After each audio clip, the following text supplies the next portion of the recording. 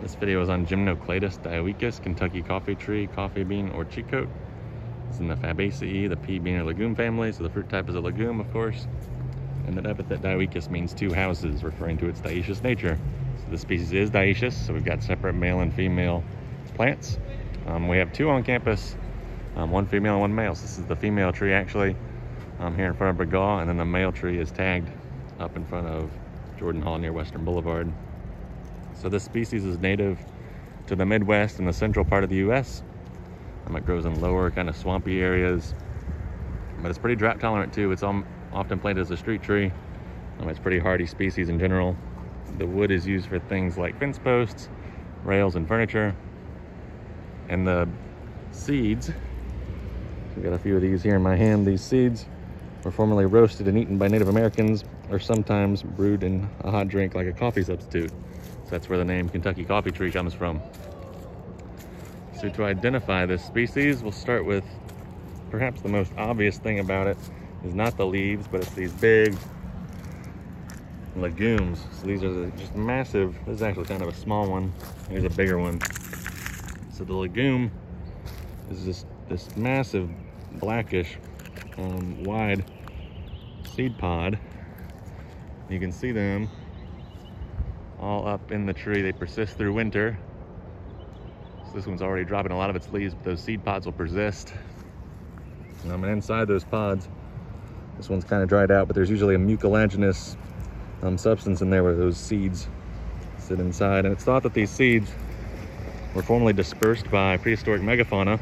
We don't have any animals currently that are big enough to get into these pods and eat those seeds and disperse them.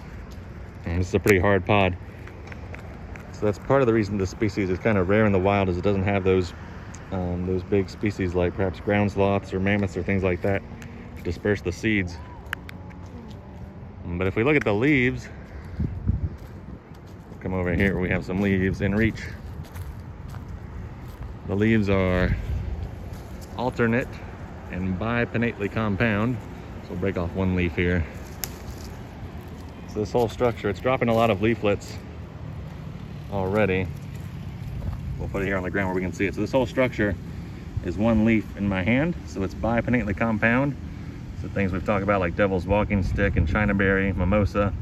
This one's just like those, where you've got the leaflets that are then divided again into subleaflets.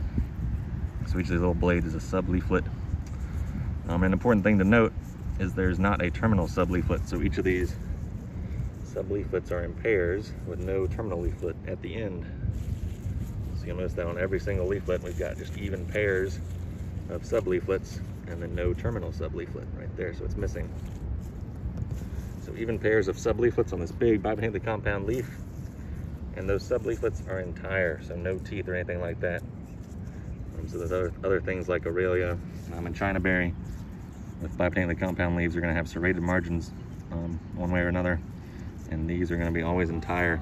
So big bipinnately compound leaf, entire margins on the subleaflets, no terminal subleaflet. And then the bark, come around here into the light. So the bark is broken up into these pretty flat, elongated silvery ridges. They tend to peel up at the edge.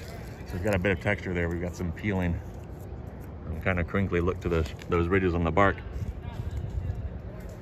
So your big keys for ID, well, if you've got a female tree, it's going to have those pods on it. So those pods will be absent on the male trees. But if you have those, you automatically know what this is. You can see them here on the ground. Nothing else has those big giant legumes that look like that. I mean, just massive. There in my hand, so big, stout, black legume. Again, those big bipinnately compound leaves. Remember, they're alternate along the twig. And then each leaf is subdivided into leaflets and then further subdivided into subleaflets. Subleaflets are small and elliptical, no teeth. And the terminal subleaflet is always missing on every leaflet. Unlike some other legumes, it'll drop the leaflets and subleaflets and just leave this naked rachis later on into the season. And then again, those bark divided into those kind of elongated, crinkly, silvery ridges.